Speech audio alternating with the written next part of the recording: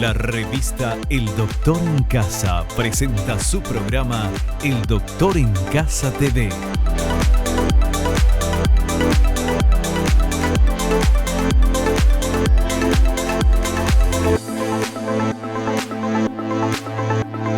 Con la conducción de Vivi Landó. El Doctor en Casa TV.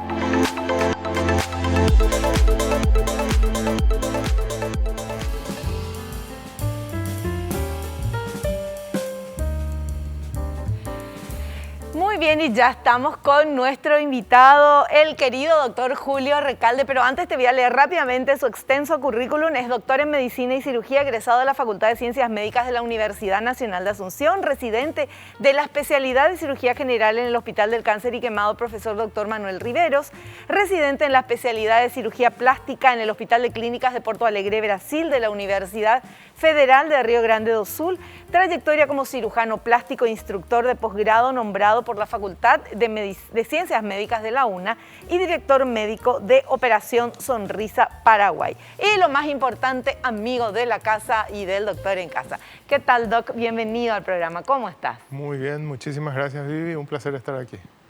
Igualmente, y el tema que hoy vamos a tratar son dos temas muy interesantes. Vamos a hablar, queremos que nos expliques el caso de fisura palatina y de las orejas paraditas, orejas en pantalla. Que obviamente son dos situaciones que la persona, el niño tiene y que la fisura palatina incluso le impide comer bien, ¿verdad, doctor? ¿O no? Más que nada la fisura palatina impide comunicarse bien, Ajá. impide hablar bien. La fisura palatina como presentación individual, ¿verdad? Es menos común que la fisura del labio y paladar juntos. El labio y paladar juntos hay en aproximadamente 1 de cada 500, 1 de cada 700 nacidos vivos.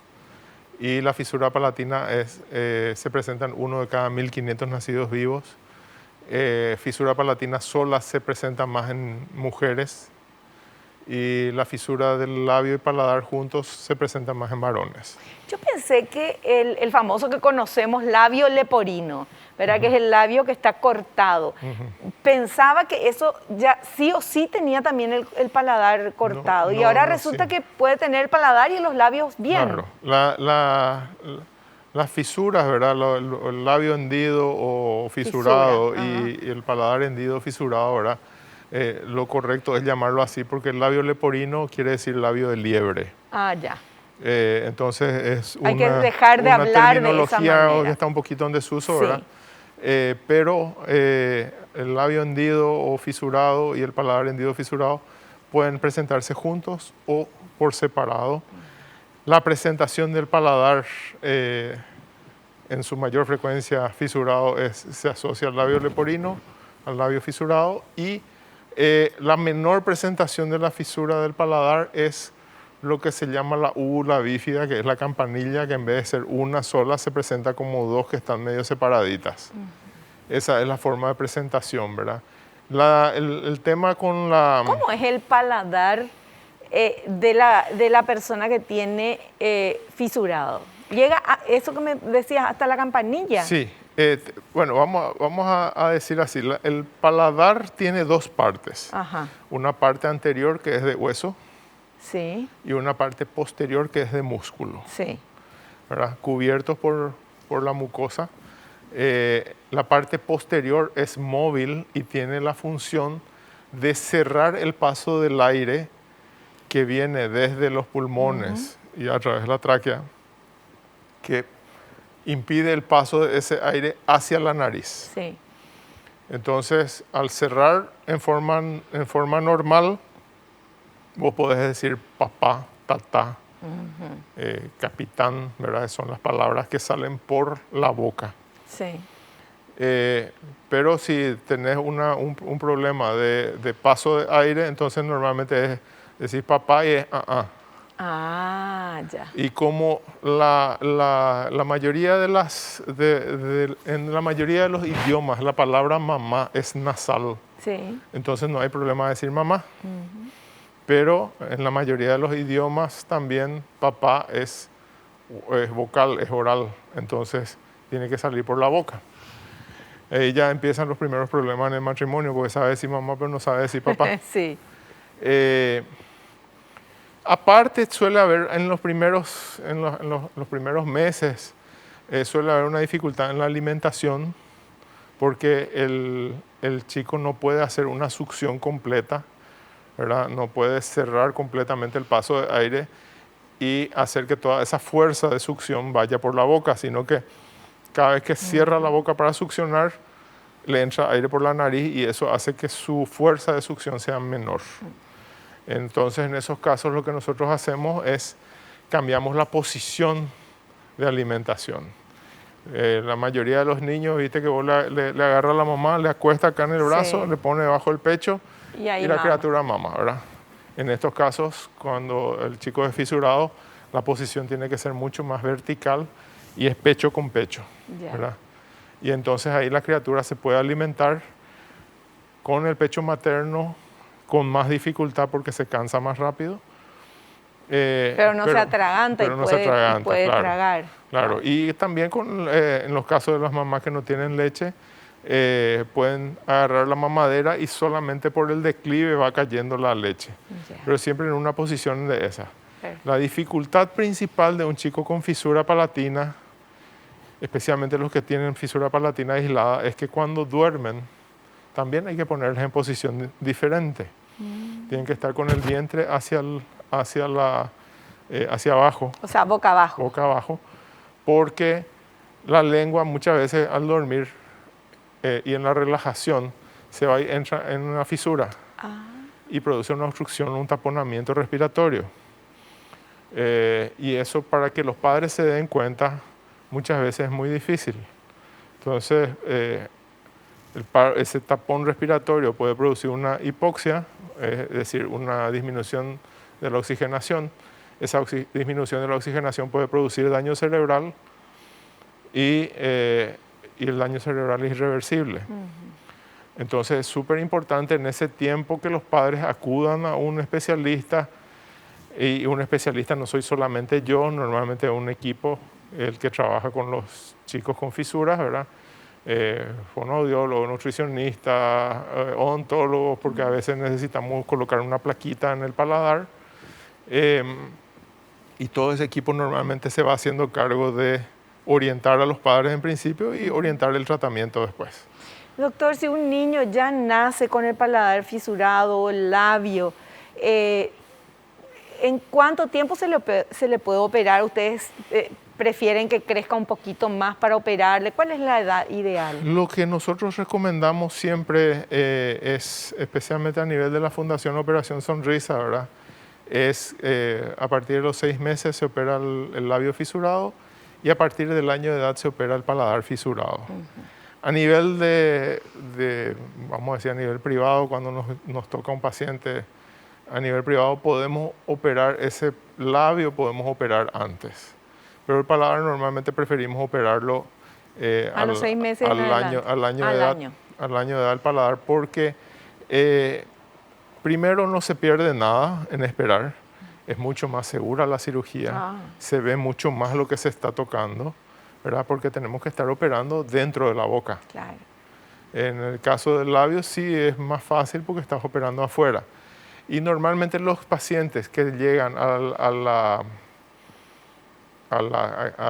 centro privado, ¿verdad? Son pacientes que están, vamos a decir, un estado nutricional un poquitito mejor y esas cosas, entonces llegan más fácil al peso y es más fácil operarles. Ahora, normalmente la mayoría de la gente con fisuras viene de un extracto social de bajos recursos, baja nutrición, entonces es más difícil que lleguen al peso y por una cuestión de seguridad para el mismo paciente nosotros damos 6 meses para empezar a operar. Perfecto. Bueno, ¿y qué les parece si vemos este material que habla de eso justamente? ¿Cómo se presenta la fisura palatina? Se caracteriza por una solución de continuidad de los músculos del paladar.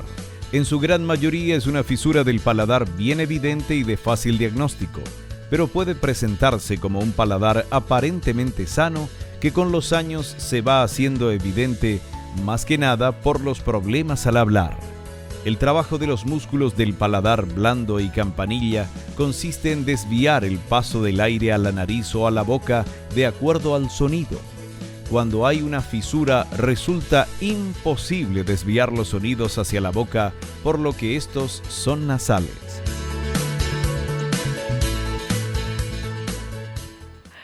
Bueno, ahí está bien explicadito, doctor, ¿verdad? Sí.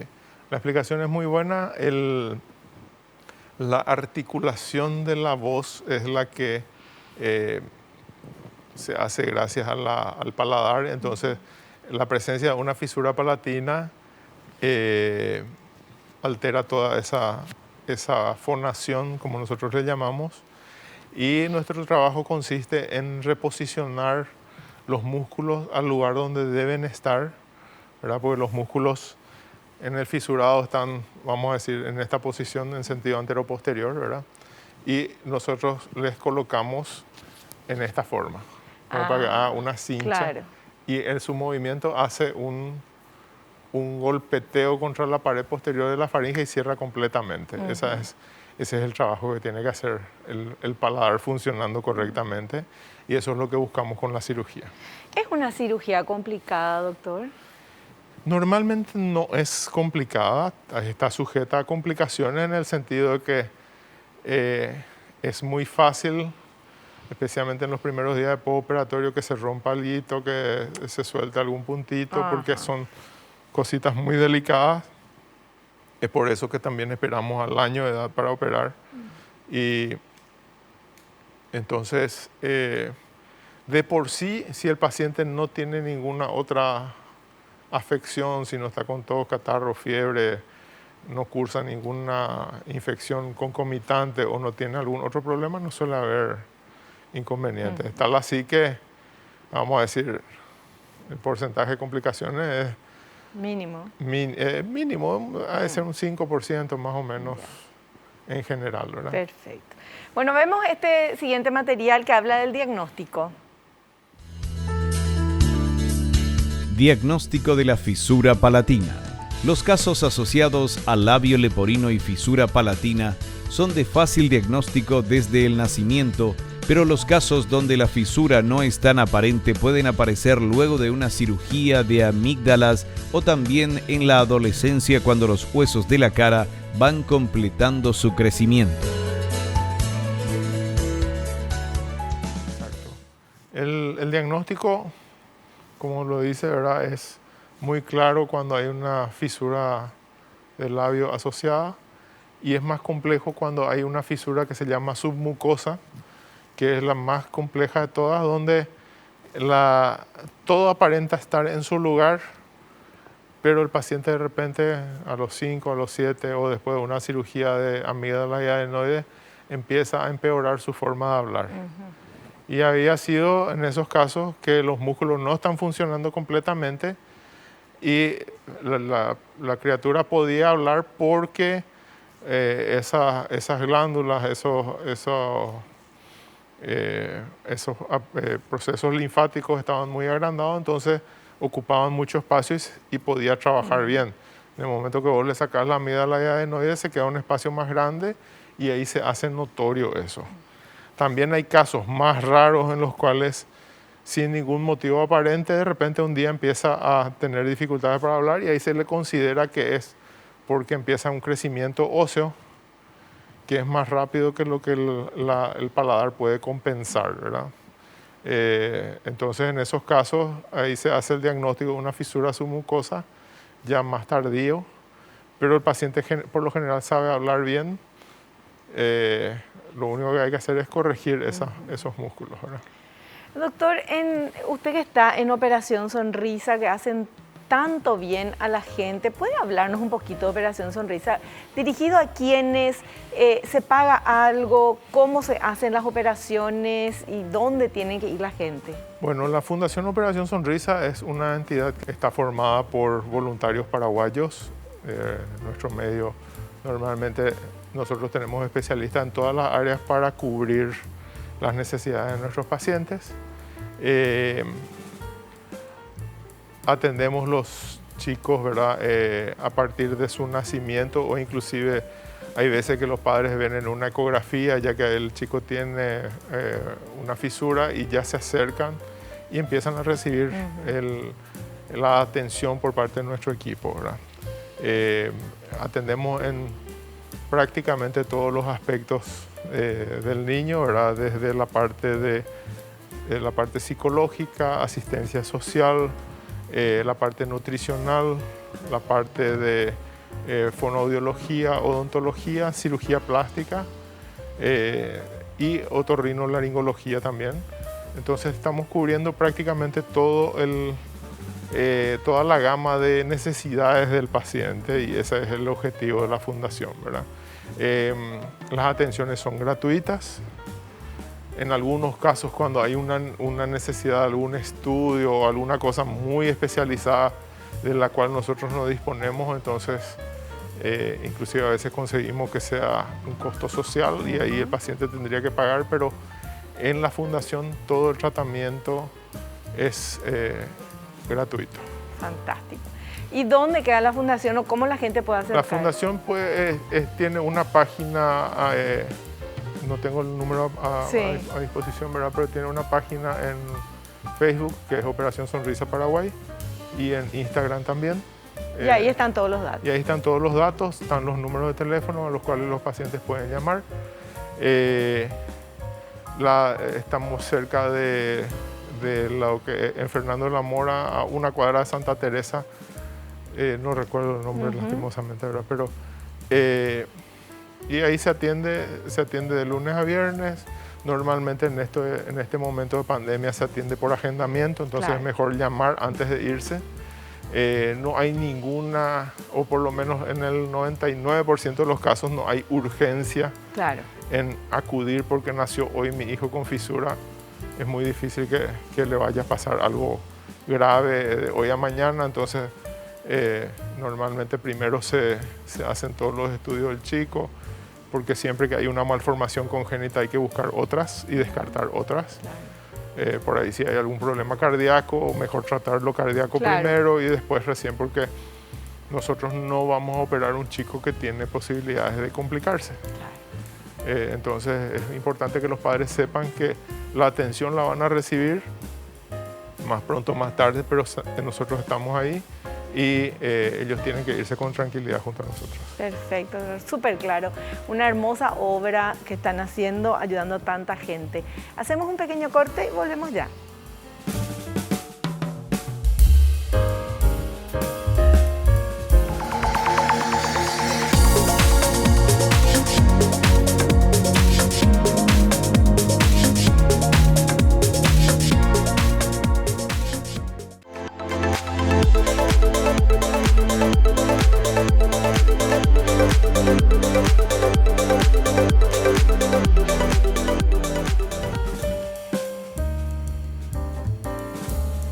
Muy bien, continuamos hablando de estos temas pero tan interesantes. Y antes de seguir, quiero seguir preguntándote sobre Operación Sonrisa. Estamos hablando siempre de recién nacidos, 6 meses, 1 año. ¿Hay gente mayor que de repente aparece en Operación Sonrisa y que, no sé, tiene 30, 40, 50 años y que toda su vida vivió con eso? Hay gente mayor, hay gente que viene de repente traída por sus hijos o por sus nietos para hacer un tratamiento. Hay gente que nunca supo que se podía tratar porque en el momento, allá en el pueblo, en la compañía donde nació, le dijeron no, que eso no había caso de tratar y entonces nunca se acercaron. Aún así, y gracias a los colaboradores de la Fundación, ¿verdad? Nosotros tenemos una gran penetración a nivel nacional. Hay entidades que colaboran con nosotros en la captación de pacientes, en el transporte de los pacientes. Ah, claro. Y entonces, muchas veces el paciente puede llegar acá simplemente por saber que nosotros lo hacemos, puede llegar prácticamente en forma gratuita hasta Asunción. y vienen y se operan con nosotros en forma gratuita también, ¿verdad? Qué cambio, ¿verdad, doctor? En la vida de la persona. El chico es el fisurado, pero el beneficiado es toda la familia. Claro. Siempre va más allá que es solamente un chico, el chico que sonríe, que puede... Uno ve 1 hora después de la cirugía cómo cambia todo el ambiente familiar después de esa cirugía. Y por lo tanto, cuando la criatura ve que su mamá está sonriendo, empieza a sonreír. Claro, claro. Y es un cambio automático. Qué lindo y qué emocionante y qué importante es hablar de eso. Como decías, hay gente que ya le dijeron cuando nació, bueno, eso no tiene solución, ya es así, acostúmbrate. Y se acostumbraron. Y sí tiene solución. Y esta operación sonrisa, encima que es gratuito, no le cuesta un guaraní a la persona que viene. Y si es del interior también hay manera de que venga sin que le cueste plata, ¿verdad? Porque siempre hay formas.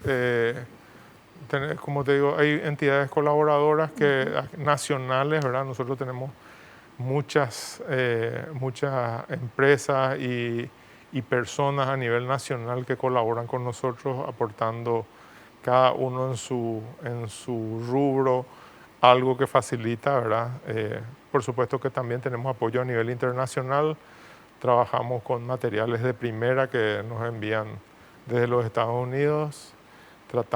Trabajamos con profesionales de primera. Hay gente que nos viene a visitar acá para operar con nosotros, para hacer mentoría con nosotros, de primer nivel, que son la gente que escribe los artículos, que escribe los libros. Y también nosotros tenemos gente, ¿verdad? Eso es muy importante recalcar, gente muy bien considerada a nivel internacional que viaja a hacer mentoría en otros lugares, ¿verdad? Qué maravilla. Entonces, yo creo que nuestra situación en el tratamiento de los fisurados está muy bien y está mejorando. Qué buenas noticias, qué genial. Bueno, y ahora seguimos, todo tiene relación lo que estamos hablando, pero nada más que yo quería hablar un poquito más sobre Operación Sonrisa, que me parece que es algo maravilloso, que es una obra, es una fundación, hacen tanto bien, cambia la vida de las personas, Dios mío, pero del día a la noche, de la noche al día, mejor dicho. Bueno, vamos con este siguiente material que habla del tratamiento. Tratamiento. El tratamiento es quirúrgico, consiste en la reparación y reposición muscular del paladar blando y campanilla. Cuando no es posible o resulta insuficiente, se pueden agregar otros procedimientos. Cuanto más temprano en la vida del paciente se realice, mejor será el resultado y requerirá menos tratamiento. Los pacientes que reciben diagnóstico y tratamiento tardío requerirán mayor acompañamiento posoperatorio del fonoaudiólogo.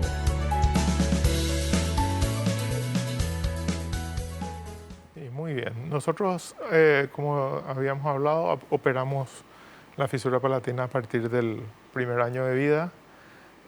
Tratamos de que la mayoría de los pacientes estén operados antes de empezar a hacer sus primeras palabras por vía oral, ¿verdad?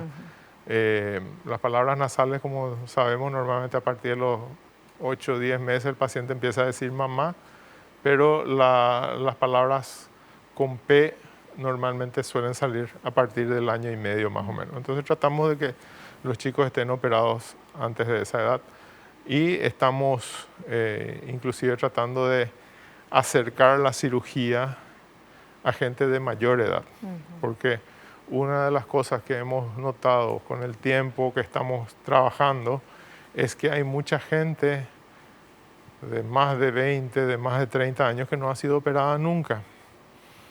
Y entonces estamos tratando de llegar también a esa población y darles la oportunidad de tener una cirugía y mejorar también su comunicación con su familia y con sus hijos y todo.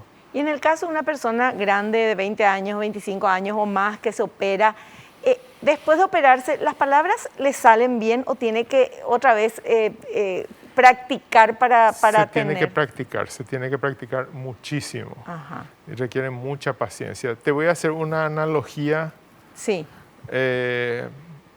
práctica, ¿verdad? Es como cuando le das a un chico una guitarra de 4 cuerdas a los 4 años, a los 2 años, toca, y después a los 4 años le das, o un año después le das dos cuerdas más, y enseguida aprende a tocar, ¿verdad? Sin embargo,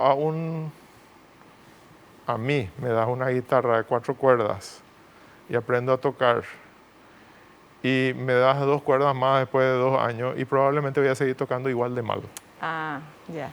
Entonces, evidentemente que hay una cuestión neurológica y una cuestión de aprendizaje, una cuestión de repetición, pero lo que nosotros notamos a nivel subjetivo es que todos los pacientes a los que les operamos, sean grandes o pequeños, el entorno nota un cambio. Y entonces, a partir de que el entorno nota un cambio, que le escuchan mejor, que pueden comunicarse mejor, que puede alimentarse mejor, que puede escucharse mejor, porque el paladar está asociado a lo que se llama la trompa de Eustaquio, Sí. que es la que airea el oído. Entonces, muchas veces, al operarle el paladar, el paciente mágicamente escucha mejor.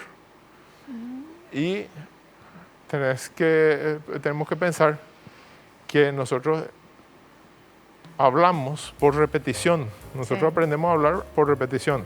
Cuanto mejor escuchemos, mejor vamos a poder repetir. Entonces, hay una serie de cosas en esto, ¿verdad? Que de repente es muy difícil de abarcar en un programa corto, ¿verdad? Pero hay una serie de aspectos que mejoran en el entorno del paciente, y por lo tanto, muy pocas veces he visto a un paciente que me dice no noté ningún cambio. Claro. No recuerdo, ¿verdad? Doctor, ¿en cuánto tiempo se cicatriza lo que le hacen? Rapidísimo. ¿En serio? En 2 a 3 semanas está todo cerrado. Qué bueno. Es, la mucosa, que es la mucosa oral, es muy noble en el sentido de su curación. Entonces, así también, si hay alguna complicación se ve rápido también, ¿verdad? Fantástico. Bueno, tenemos que hacer un pequeño corte. A la vuelta continuamos hablando de este tema y vamos a pasar ya al tema de las orejitas en pantalla. ¿Qué se hace con eso? Volvemos ya.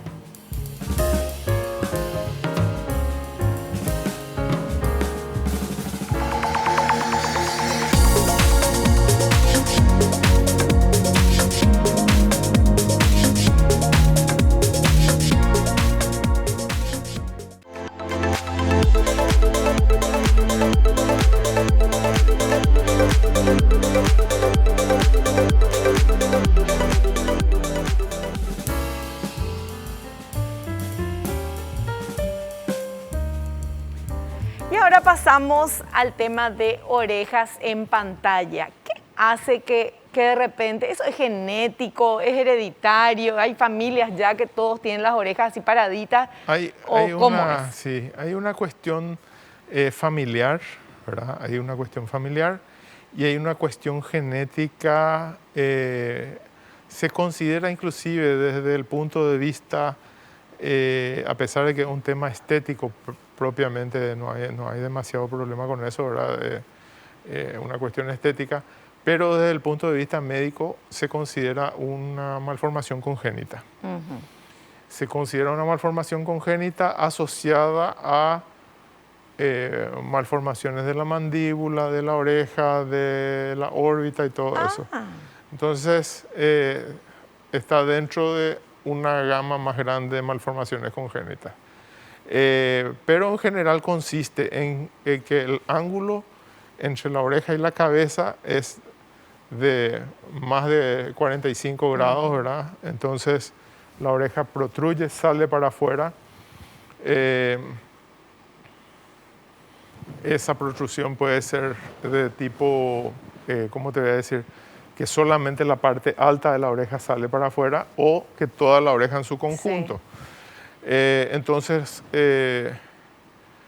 no tiene ningún problema auditivo. O sea, es puramente estético el tema. O sea, escuchan bien, escuchan bien. No influye. No influye. A veces, y digo eso porque de repente alguien va a decir, no, pero mi hijo tal cosa. excepcionalmente sí está asociado a otras malformaciones, ¿verdad?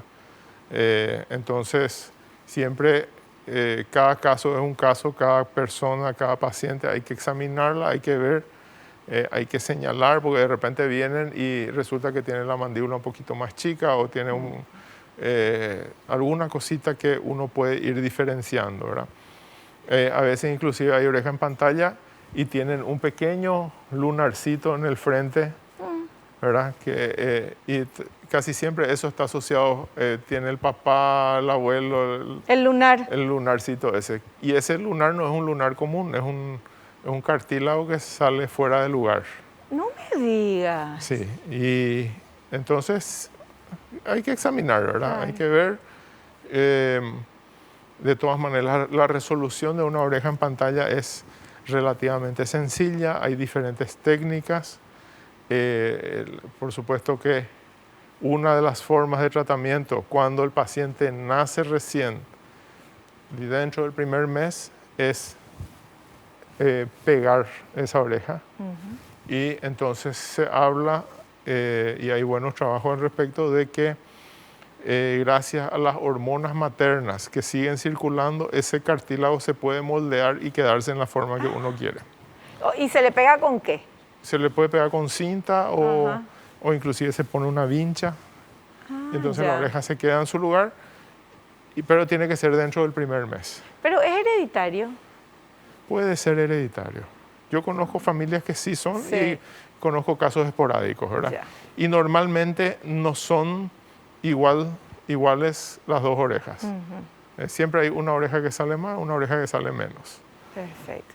Bueno, vamos a ir aprendiendo sobre esto. Tenemos otro material para compartir. A ver. ¿Qué son las orejas en pantalla? Es cuando las orejas presentan una angulación igual o mayor a 90 grados con respecto a la cabeza y toman un aspecto poco estético que motiva la consulta de los pacientes. La oreja presenta una parte fija anterior y una parte móvil posterior. La forma de la oreja está destinada a conducir las ondas sonoras hacia el oído externo. La parte posterior y móvil es la que generalmente llama la atención cuando mayor sea la separación de la cabeza e internamente las características de esa oreja van perdiendo sus detalles. Doctor, pero este tema de las orejas en pantalla, porque antes se decía, ay, tengo la oreja así porque mi mamá me estiraba la oreja o me portaba mal. Eso no es cierto, ¿verdad? No es cierto. O sea, ya se nace así. Normalmente viene predeterminado.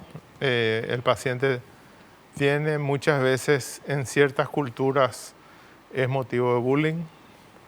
En nuestro medio, vos sabés que no es tan común. Hay gente que consulta, pero por ejemplo, te doy ejemplo, lo que nosotros veíamos en el Brasil, por ejemplo, era muy común la consulta de un niño de 7, 8 años que venía por eso, que quería que se lo solucione sí o sí, porque era insoportable lo que le bulineaban los compañeritos, ¿verdad? Y acá no es tan así. Acá Dumbo, lo que le dicen y así. Claro, pero... le dicen Dumbo, pero no es tan, no es tan marcante. Es lo que yo veo, ¿verdad? Y muchas veces los padres nos los llevan temprano también porque creen que el bullying no es importante. Sí. Y porque creen que no hay que operarse, ¿verdad? Es famoso, no quiero que mi hijo se opere porque es una cuestión estética, qué sé yo. Pero puede marcar una vida. Por ¿verdad? Supuesto. Y esa cirugía se puede realizar a partir de los 7 años de edad, entonces... Y si el niño viene y le dice a la mamá o al papá, no me quiero ir al colegio o me tientan y llora, quiere decir que le molesta. Si él está feliz con su orejita y no le molesta, es otra historia. Pero como te digo, es muy variable. Una vez... siempre viendo lo que vimos en el Brasil, ¿verdad? El caso más grave que yo vi fue un chico que le trajo el papá y dijo, yo nunca le tomé en serio cuando él se quejaba, hasta que una vez se encerró en el baño y yo le encontré que estaba con una tijera tratando de cortarse la oreja. Vida, pobrecito. A ese punto llegaba la tortura, ¿verdad? Entonces... evidentemente que tenemos que hacerle caso a nuestros hijos y ver cuál es el motivo de su inquietud, porque no vamos a conseguir, es muy difícil conseguir decirle a tu hijo que no le hinche más a mi hijo. Eso no hay, ¿verdad? Sí. Muy difícil. Entonces, lastimosamente, la protección a nuestros hijos va a hacer que le llevemos a una cirugía que, por supuesto, si le vamos a operar a los 7 años de edad, tiene que ser bajo anestesia general, pero que es una cirugía sencilla, media hora por lado, y tener un hijo feliz, contento, que va a hacer todo lo que se le instruya. Es increíble cómo cuando el chico está motivado, va a hacer todo lo que vos le digas. En el postoperatorio. En el postoperatorio, o sea, todo el obediente. cuidado es increíble. Fantástico. Qué lindo. Bueno, vamos con este material, por favor. A ver. La consulta debe ser dirigida a la queja del paciente, establecer el tipo de deformidad que presenta la oreja y, si es muy importante, descartar alteraciones en la audición con un otorrinolaringólogo. Las deformidades mayores de las orejas pueden acompañarse de alteraciones en el oído medio y requerir cirugías más complejas.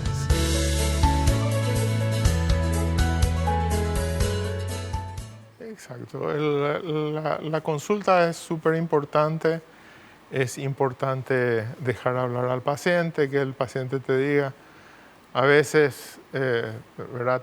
Yo tengo pacientes que vienen a los 35 años y te dicen, yo no sabía que se podía operar.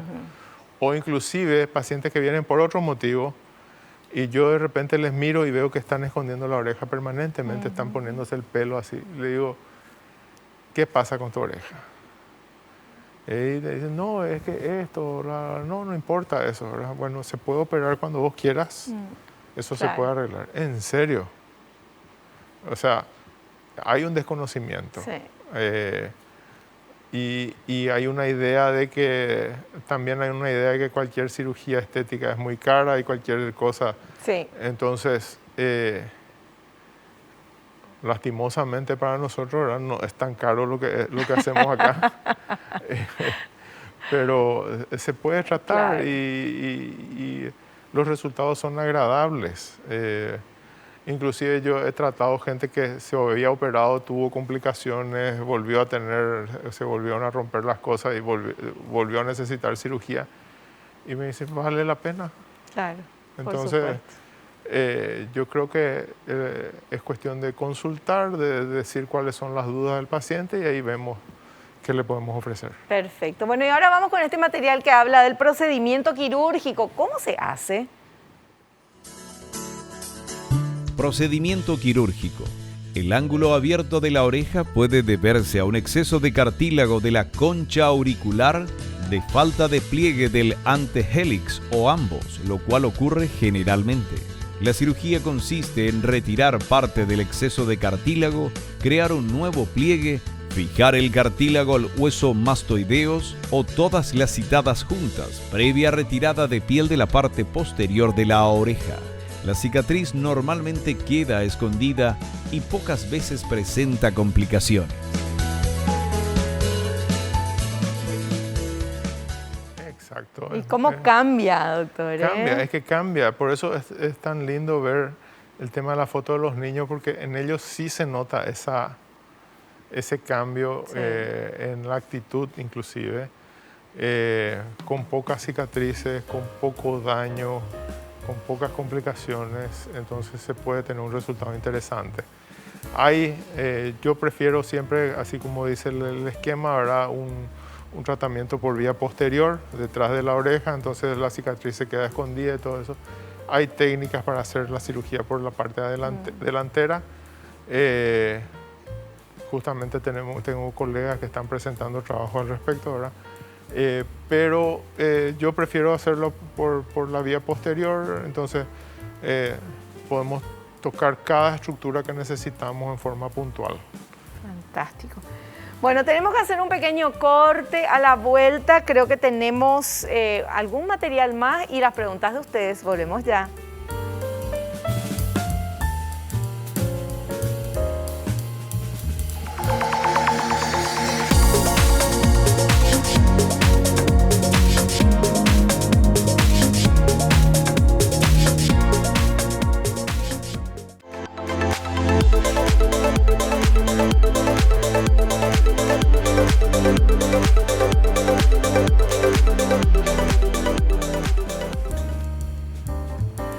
Bueno, tenemos 5 minutos, tenemos otro material que habla luego de la cirugía. A ver, por favor. Luego de la cirugía, el paciente debe utilizar vendajes por unos días y una vincha especial en las horas de sueño, puesto que con los movimientos de cabeza se puede doblar la oreja y afectar el procedimiento realizado. Luego de 2 a 3 meses, se puede reasumir la actividad física de deportes de contacto. Exacto. Nosotros normalmente sacamos al paciente de quirófano vendado. Ese vendaje lo cambiamos aproximadamente al cuarto o quinto día. Hacemos una higiene del lugar y ya le recomendamos que durante el día puede andar sin nada puesto, y a la noche para dormir sí se pone una vincha, porque lo que no queremos es que la oreja se doble en el postoperatorio, porque puede romper todos los puntos de fijación que hemos hecho. Esos puntos de fijación son muy sensibles en los primeros 2 meses más o menos. Entonces, por eso también le indicamos que no haga deportes de contacto. Deportes de contacto, ¿verdad? Fútbol, vóley, todo lo que deportes tipo karate, taekwondo y esas cosas donde te pueden agarrar algo, es mejor no realizar, ¿verdad? Los resultados son prácticamente inmediatos. Lo que no se ve enseguida son los detalles de la oreja, las circunvoluciones de la oreja, ¿verdad? Pero en general el ángulo ya se ve al sacarle el vendaje, ya el paciente puede apreciar eso. Y como está hinchado, muchas veces está un poquitito más afuera de lo que realmente va a quedar. Y por lo general no se necesita volver a tocar eso, ¿verdad? Perfecto. Bueno, y ahora estamos en la parte final del programa, pero tenemos un tiempito todavía para las preguntas que ustedes quieren hacerle a nuestro invitado. A ver, por favor, la primera consulta. ¿Qué consecuencias puede tener que no se corrija la fisura palatina? Bueno, la consecuencia a largo plazo es que va a tener un déficit comunicacional, va a tener dificultad para las vocales explosivas, que son la P, la T y la K. Es decir, le decís que diga capitán y no va a poder decir capitán, por decirlo de una manera fácil y práctica, ¿verdad? Normalmente otro tipo de problemas funcionales más puede tener algún tipo de dificultad para la parte del oído medio o interno, entonces dificultades auditivas, porque no se airea ese oído. Perfecto. Vamos con otra consulta. A ver. ¿Influyen los resultados la edad en que se realice la cirugía para corregir las orejas en pantalla? No. Los resultados son bastante consistentes, son bastante buenos.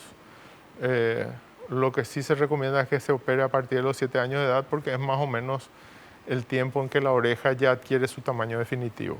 ¿La oreja no sigue creciendo? No sigue creciendo. Perfecto. Lo que puede haber es que se te caiga la oreja con los años, sí, pero en la parte inferior. Todo se cae con los años, lastimosamente. Bueno, vamos con otra consulta. ¿En cuánto tiempo se pueden ver los resultados de las cirugías en los casos de fisura palatina y orejas en pantalla? Bueno, el resultado se ve, como les dije, ¿verdad? En la oreja en pantalla se ve a los 4 o 5 días. Al retirar los vendajes ya se ve bastante el resultado, y en un 70% está en un mes y en un 100% está en 6 meses, ¿verdad?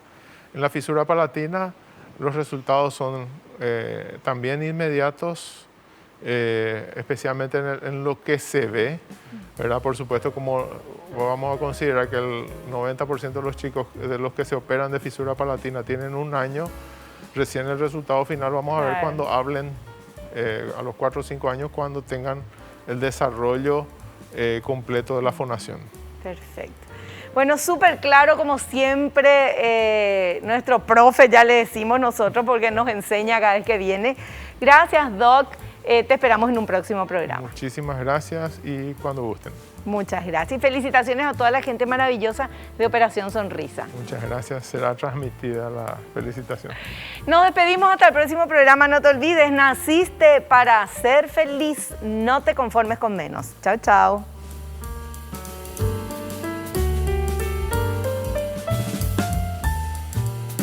La revista El Doctor en Casa presentó a Vivi Landó en el programa El Doctor en Casa TV. Fue una realización de Alicante.